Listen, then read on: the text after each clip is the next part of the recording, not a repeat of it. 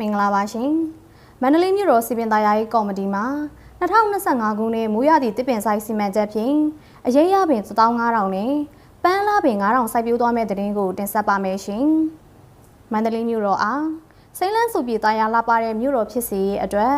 မိုးရာသီတစ်ပင်စိုက်ပွဲများကိုနှစ်စဉ်ကျင်းပလျက်ရှိရာမှာ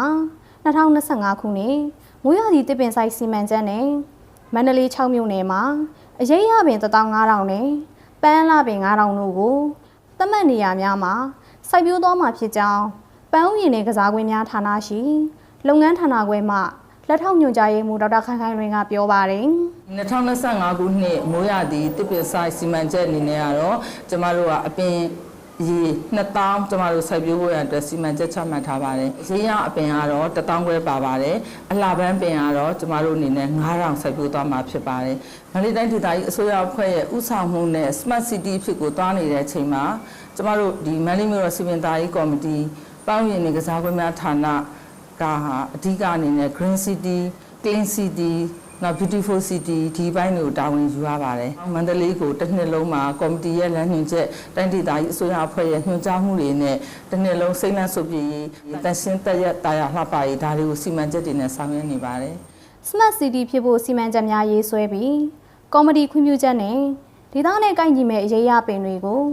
ဦးစားပေးအစီအစဉ်အရစိုက်ပျိုးသလိုပန်းလားပင်များကိုလည်းလမ်းလင်ကျွန်းနဲ့လမ်းဝဲရာ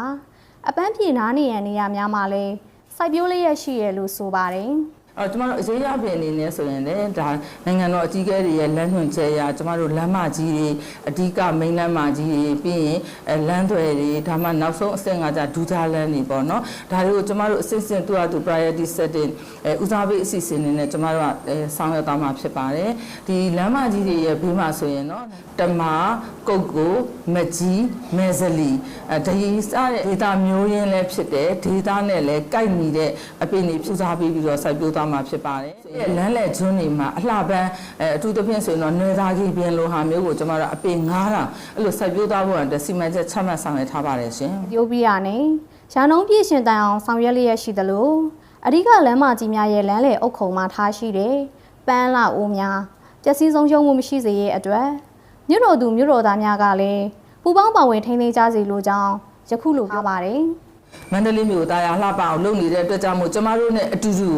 ပူပေါင်းပါဝင်ဆောင်ရွက်ဖို့ရန်အတွက်ကျမကနေပြီးတော့ဖိတ်ခေါ်ချင်ပါတယ်။ဒါအပြင်ကျမတို့စိုက်ထားတဲ့အပင်လေးတွေကိုလည်းနော်ဒီရေလေးတပုံးရဒါမှမဟုတ်လေအခက်ကလေးအပင်လေးလဲနေလို့ပဲစိုက်ကလေးပေါ်ဆင်းပြီးတော့တဲ့တာဘယ်မှဖြစ်ဒါမျိုးတွေလှုပ်ချင်းဟာဒီအပင်ရှင်နေသေးအရေးရနေသေးမှလည်းထာဝရကုသိုလ်ဖြစ်ပါတယ်ကျမတို့ရဲ့မန္တလေးမြို့ကြီးစိတ်လန်းတာယာလှပရေးအတွက်ကိုကျမတို့နဲ့အတူတူအုတ်တစ်ချက်တဲတဝင့်ပါဝင်ပေးပါလို့ကျမကနေဖိတ်ခေါ်လိုက်ပါစီရှင်ဌာနအနေနဲ့မန္တလေးပြည်ဦးလွင်လန်းရန်ကုန်မန္တလေးအမြန်လမ်းပိုင်းတောင်တမန်မဲစင်လန်းစတဲ့မြို့ဝင်မြို့ထွက်လမ်းတွေကလမ်းလေကျွန်းတွေမှာအလားပန်းများရာသီအလိုက်ပန်းအလားပင်များကိုလည်းမျက်စိပရာသားဖြစ်အောင်ပုံဖော်စိုက်ပျိုးမှာဖြစ်ပြီးမန္တလေးမြို့တော်ကို Green City Clean City, Beautiful City, Smart City ဖြစ်စေရန်